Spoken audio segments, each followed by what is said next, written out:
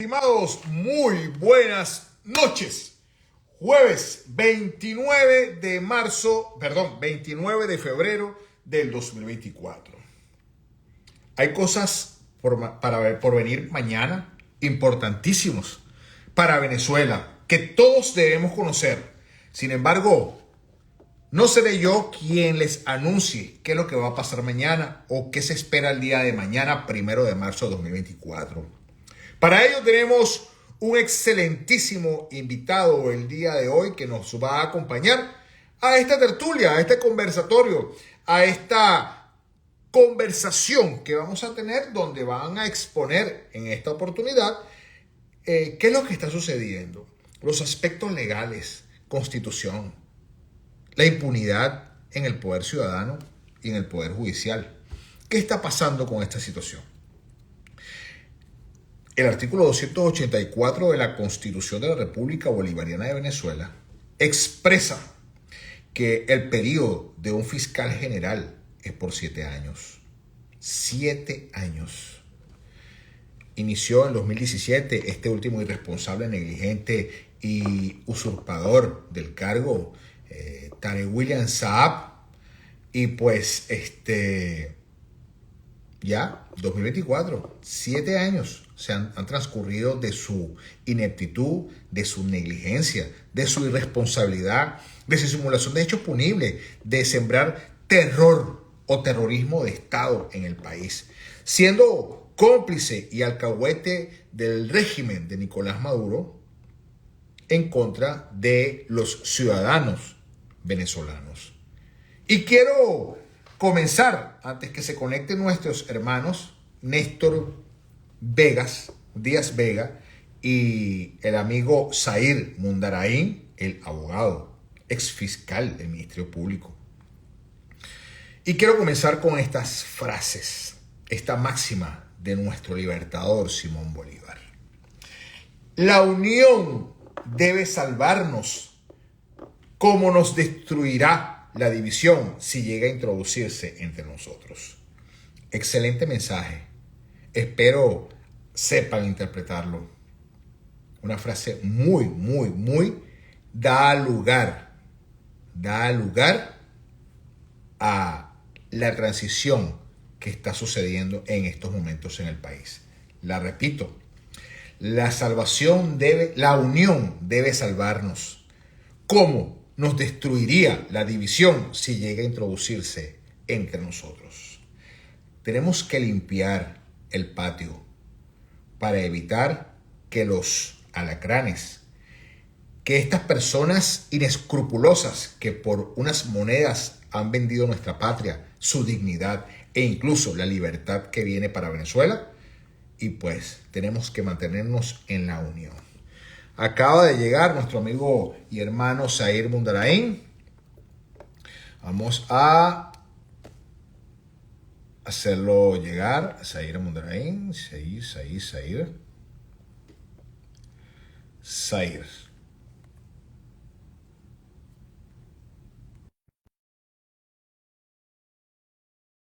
Vamos a buscar a nuestro amigo Néstor Díaz. Saludos. Muy buenas noches, Zair. Hola, buenas noches. ¿Cómo estás? ¿Cómo te va? Muy bien, gracias por asistir a la invitación que te hemos enviado. Gracias por estar aquí y contribuir un poco a esta conversación que va más allá de lo que podemos conocer y de alguna forma orientar a las personas y por supuesto a todos los que nos ven para que tengan un conocimiento de lo que podemos hacer a través del Ministerio Público. De acuerdo a las impunidades que ya conocemos, desapariciones forzosas, privación ilegítima de libertad, concusión, extorsión, simulación de hechos punibles constantes y sonantes, porque hemos visto esta situación en todo momento durante el transcurrir y sobre todo del proceso o el periodo del fiscal general, que por cierto, este año se le vence el plazo para seguir con su periodo fiscal, de acuerdo al artículo 284. Conozcan a Zair Mundarain. abogado egresado de la Universidad Central de Venezuela, especialista en Derecho Penal, especialista en Criminalística.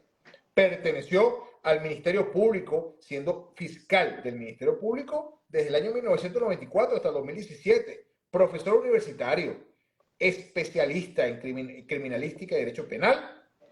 Y hay un pronunciamiento importante, Zair, y quiero que compartan esa información con nuestros hermanos venezolanos porque mañana se debe pronunciar la Corte de Apelaciones de la Corte Penal Internacional con respecto al caso que lleva en contra de los funcionarios venezolanos que se encuentran y ostentan actualmente el poder.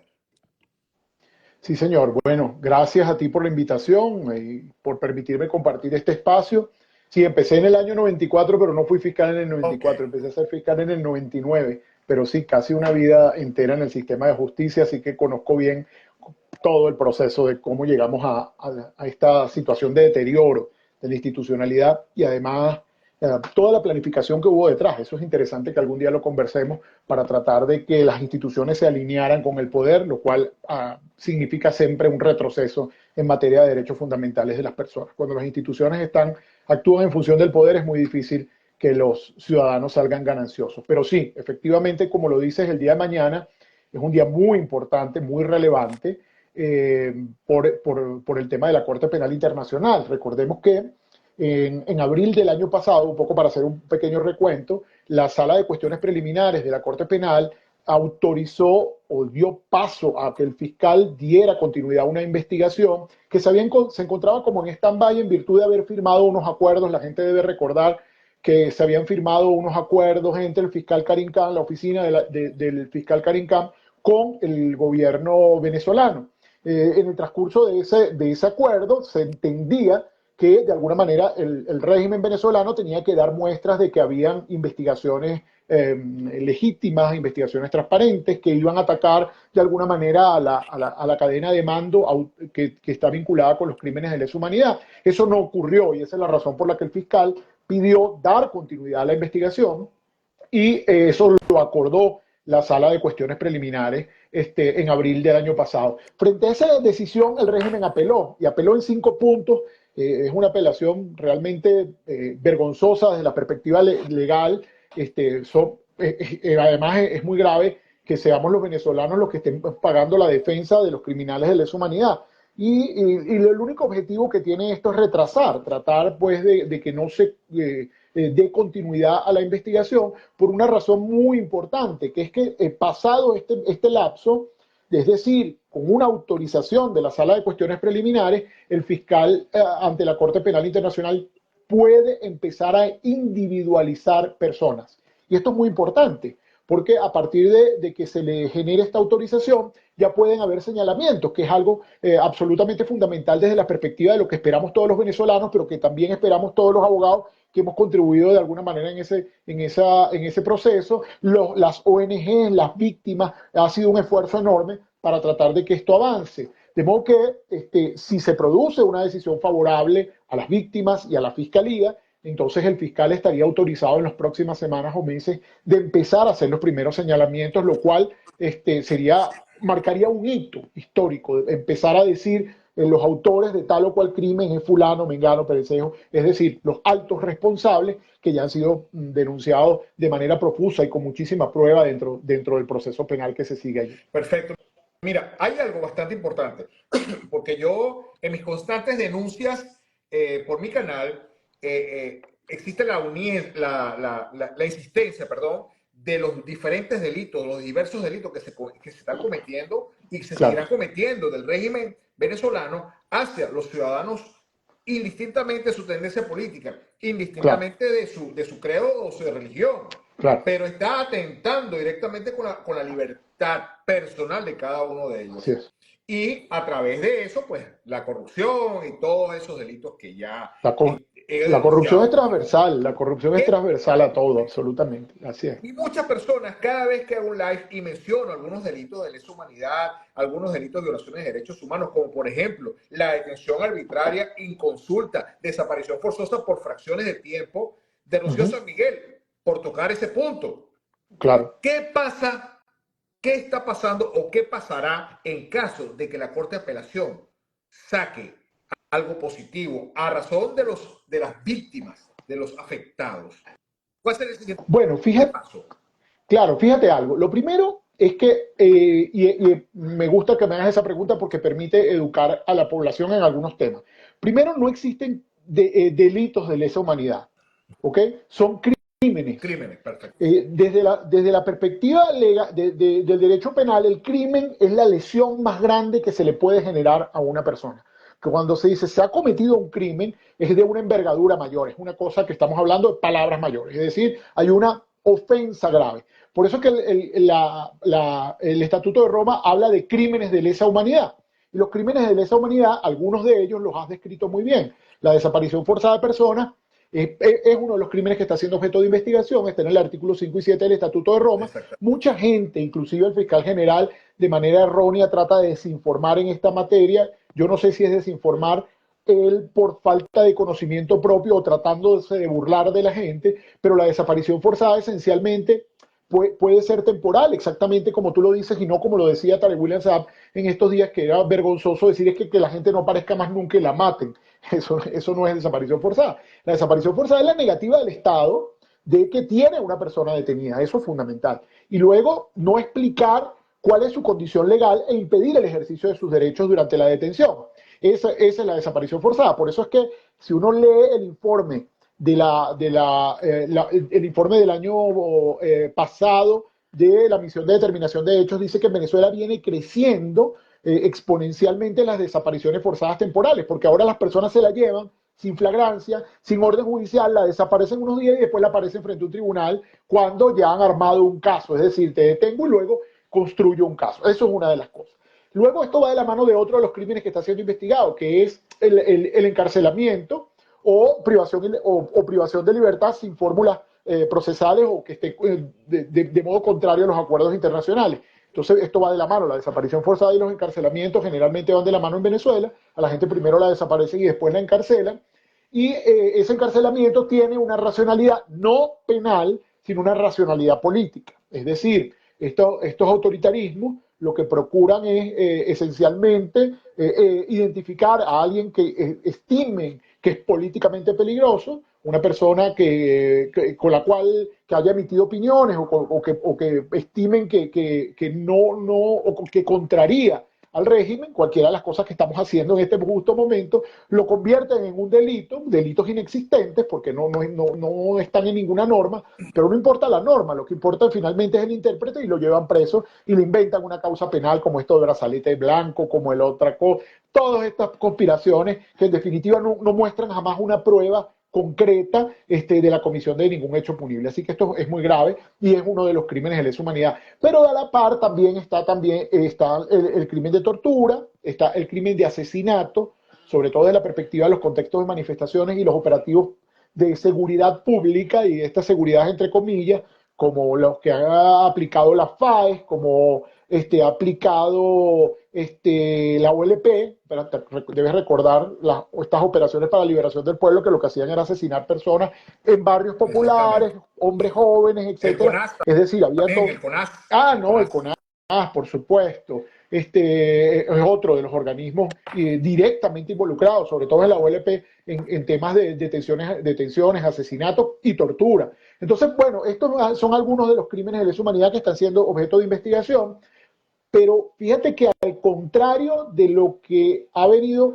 de lo que podría comportar verse amenazado por una investigación, el régimen ha mostrado una reacción que pareciera absolutamente anómala, suicida desde la perspectiva de la ley, pero totalmente anómala y que te dice mucho cómo se ven ellos políticamente, y es seguir avanzando, es decir, me investigan pero apreso más, torturo más, desaparezco más y asesino más.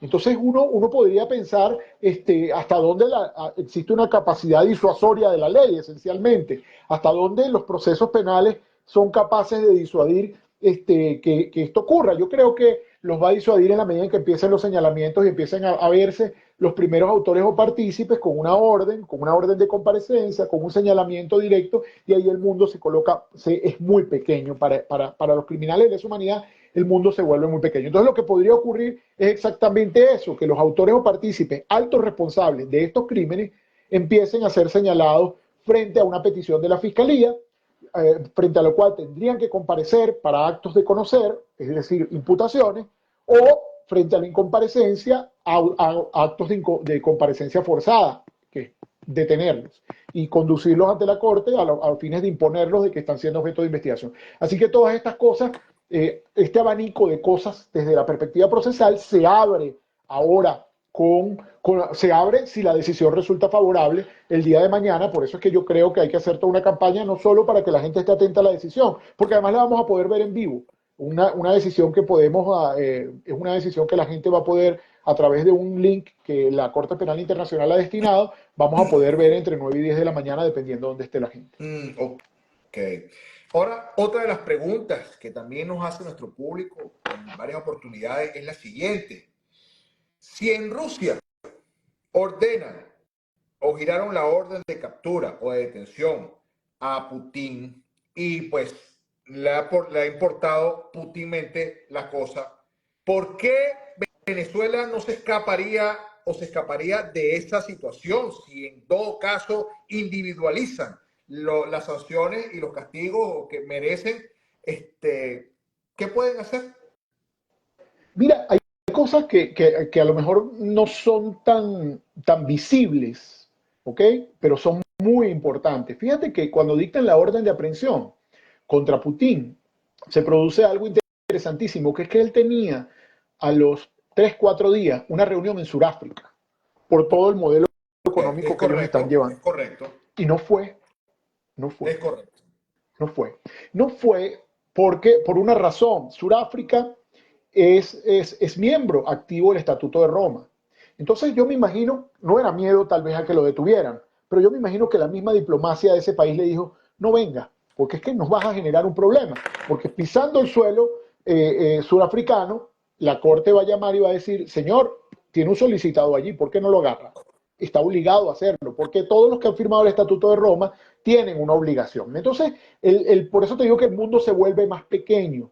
Si tú ves ahora la salida de Putin, Putin sale a China, por ejemplo, y utiliza casi todo su espacio aéreo, no pasa por otros espacios aéreos. Bueno, Rusia es tan grande que puedes ir evadiendo, pero a otros lugares prácticamente no puedes ir. Y además tiene una cantidad no es lo mismo desde la perspectiva de la diplomacia y de los tratos, de los vínculos que establecen los estados. Para nada puede ser lo mismo tener vínculos con una persona, con un presidente cualquiera, que alguien que ha sido señalado de cometer crímenes de lesa humanidad. Entonces el juego geopolítico cambia, una orden te cambia. Y eso lo podemos ver, por ejemplo, en el caso de Sudán. En el caso de Sudán, a al-Bashir le dictaron una orden de aprehensión en la Corte Penal Internacional y él se mantuvo en el poder, pero finalmente el resto de las fuerzas políticas y la sociedad lo sacó y le dijo, no queremos un criminal que esté al frente del país. Y eso cambió el juego político de manera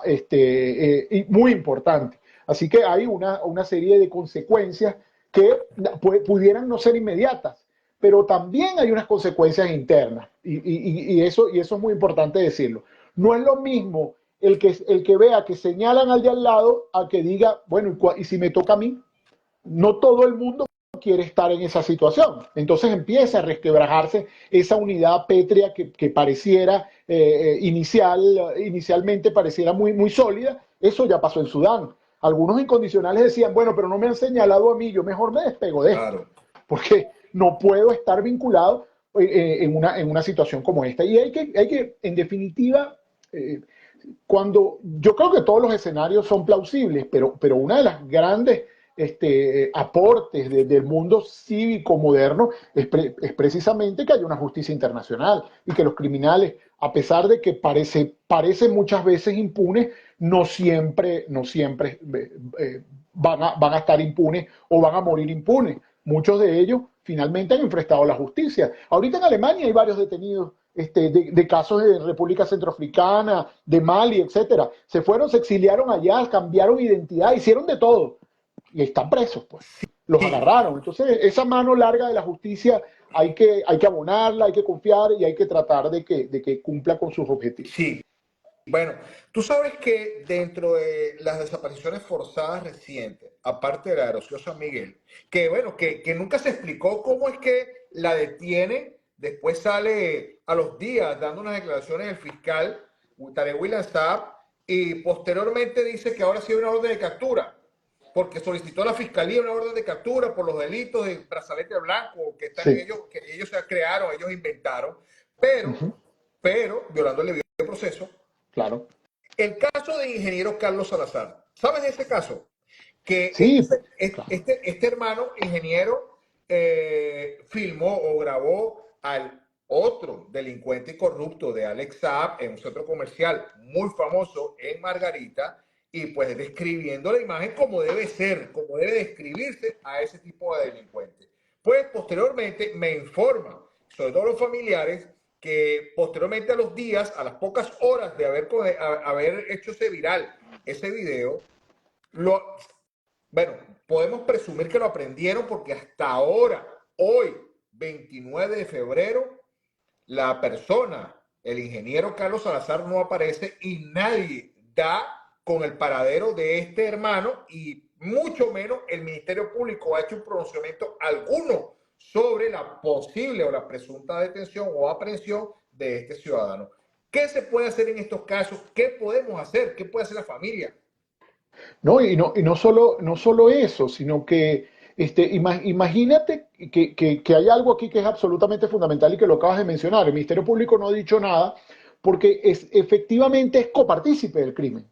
Y aquí hay un gran tema. Cuando ocurre una desaparición forzada, el llamado a investigar es el Ministerio Público.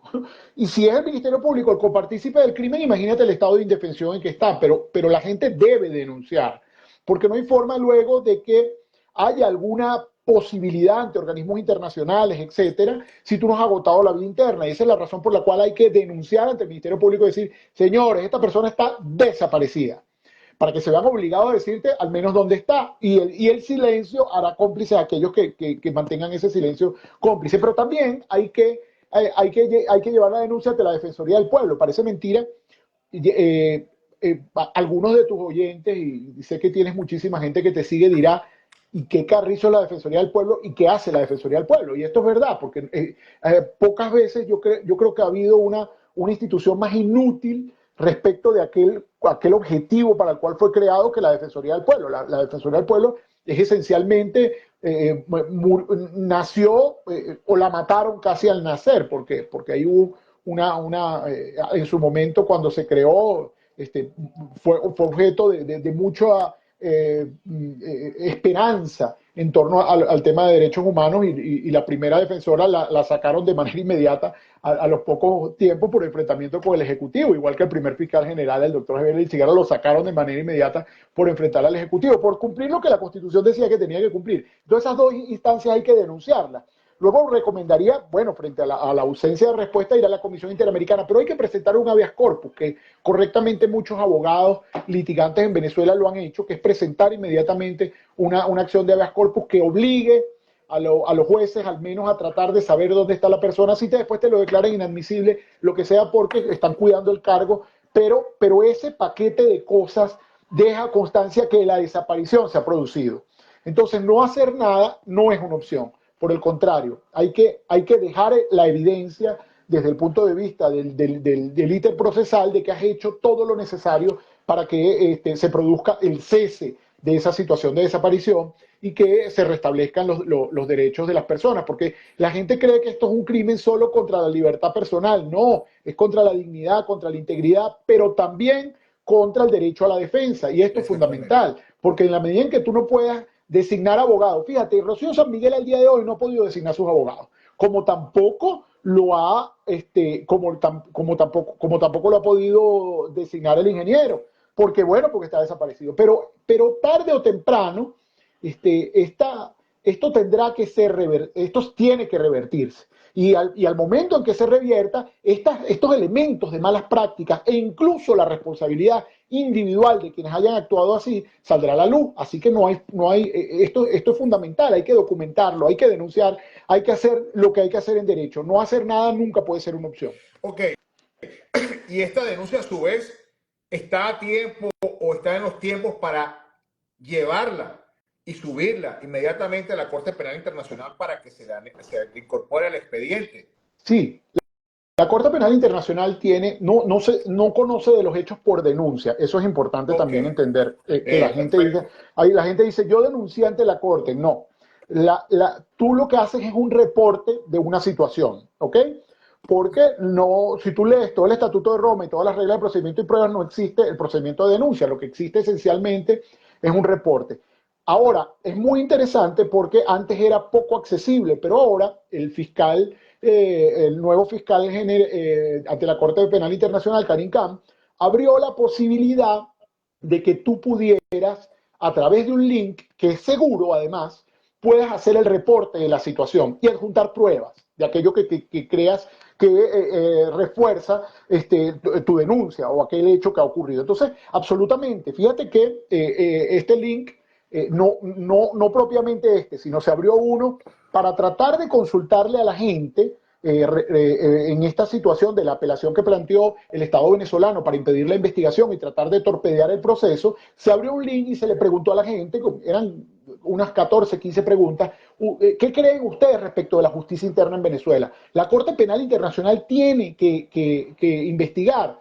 ¿Existe alguna posibilidad de justicia en lo interno? Y la respuesta fue prácticamente unánime, que 9.000 y tantas personas participaron activamente en esta situación. Así que esto es fundamental. Las veces que se le ha permitido a las víctimas participar, muchos sin miedo, con mucha gallardía, han explicado su caso. Así que yo creería que quienes estén en una situación de desaparición forzada en este momento o la hayan sufrido y luego aparecieron, este hecho el crimen ya ocurrió y además el hecho de que el fiscal general salga diciendo dónde están no quiere decir que el crimen no ocurrió, el crimen ya ocurrió.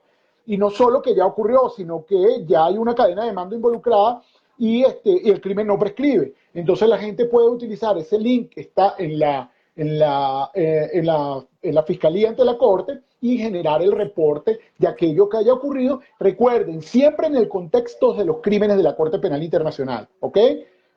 Porque no toda violación de derechos humanos la conoce la Corte Penal. Entonces tiene que ser la desaparición, tiene que ser el abuso sexual por parte de funcionarios públicos, tiene que ser el crimen de asesinato, crimen de encarcelamiento, crimen de persecución, la deportación forzada, etcétera. Entonces tiene que estar siempre el crimen de asesinato, tiene que estar en ese contexto.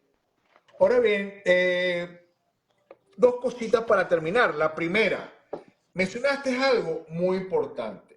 Por supuesto, la incapacidad, la inutilidad y todas estas situaciones de dejadez, de ineptitud, de ineficacia.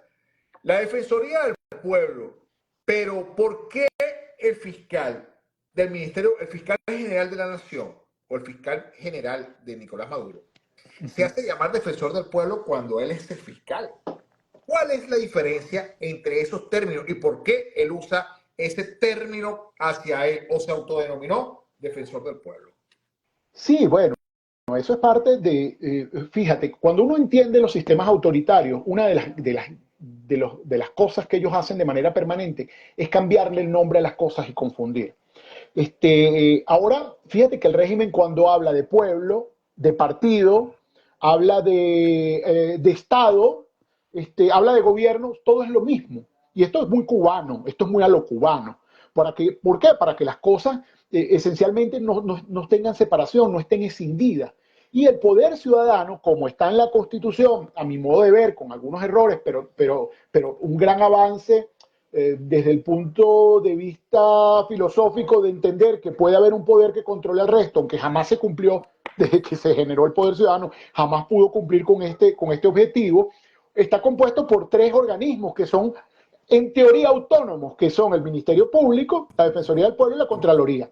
Entonces, el que es fiscal no puede ser defensor del pueblo, porque el defensor del pueblo incluso puede llamarle la atención al fiscal frente a una violación de derechos fundamentales. Es decir, pero cuando tú, es decir, eso forma parte de las competencias que tiene constitucionalmente. Pero cuando el defensor del pueblo designado, que nadie sabe ni quién es, se llama Alfredo Ruiz, mucha gente sabrá, la mayoría de la gente no tiene idea de quién es, fue el subalterno de Tarek William Saab de manera permanente, podemos decir que Tarek William Saab no tiene control. Y no tiene control porque además de que es el fiscal, también manda en la defensoría porque a quien dejó en la defensoría siempre fue un subalterno o una persona bajo su mando. Así que tiene prácticamente el Consejo Moral Republicano, que lo componen esos tres grupos, esos tres órganos cuando se juntan, bajo su control. Por eso es que estas detenciones arbitrales la defensoría no hace nada y los mismos Ministerio Público, aquellos que están vinculados con corrupción, la Contraloría no los investiga. Entonces, es una impunidad estructural. Esto es hecho ex profeso.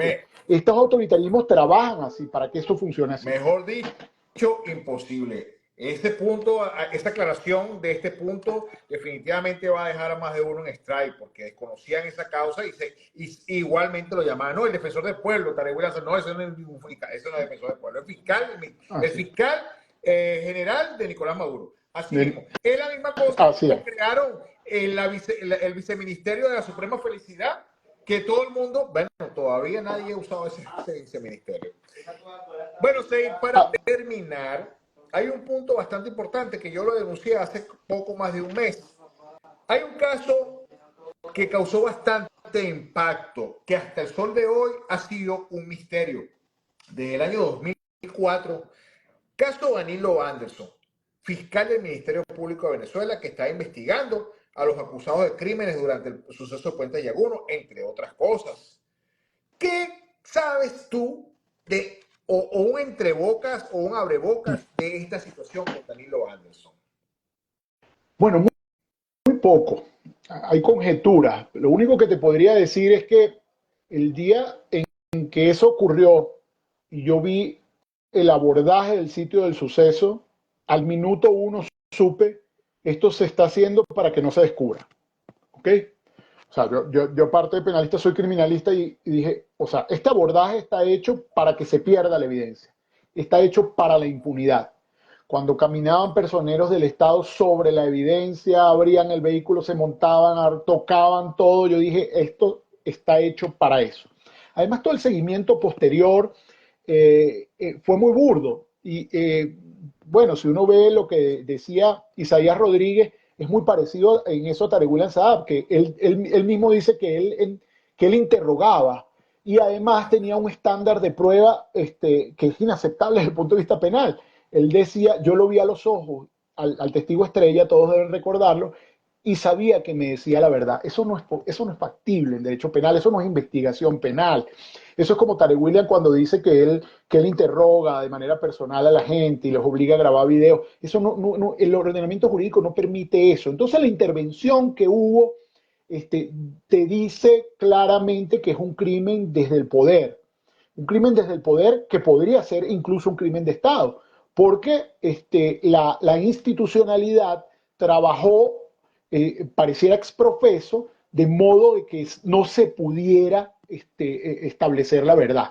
Desde el abordaje mismo tú dices, acá hay algo que está mal, acá hay toda una intención hay una intención de que esto no se sepa. De modo que ese fue el sabor que nos quedó a quienes éramos fiscales de carrera y estábamos estudiando estos temas. Decíamos, acá obviamente se protege a alguien, a un grupo económico, o a alguien que tenga mucho poder, de modo que, porque el abordaje y todo el desarrollo de la investigación fue lleno de desatinos, de ilegalidades, de fórmulas muy erráticas, muy propias pues de quien ocupaba el Ministerio Público en esos años, bueno, que no manejaba ni siquiera el derecho penal, como Isaías Rodríguez, fue un fiscal de verdad muy cuestionado y además al que sufrimos mucho quienes teníamos años en la institucionalidad. Lo sufrimos mucho porque era muy complejo trabajar con alguien que no maneja ni siquiera los elementos más básicos del proceso penal. Entonces, eso es lo que podría decirte. Ahí quedó siempre esa duda frente al manejo del caso. Sí, sin lugar a dudas, todavía tenemos esa duda y seguiremos Claro. investigando, pero más tarde que temprano, como este caso, Se sabrá. también sabremos los otros que han sido crímenes de lesa humanidad y pues en manos de la tiranía satánica de Nicolás Maduro, que eso es indiscutible. Pero bueno, Zair, mañana, 1 de marzo 2024, se pronuncia la Corte de Apelaciones. Esto nos queda aquí. Espero contar contigo la próxima semana, de ser el caso o en cuanto tenga el tiempo, no muy lejano, para que nos des una interpretación de esta apelación. Nos digas Claro. cuáles son las posibilidades, cuáles son las factibilidades. ¿Está bien? ¿Está mal? ¿Vamos por buen camino? Entonces, Con mucho algunas palabras para gusto. nuestros hermanos.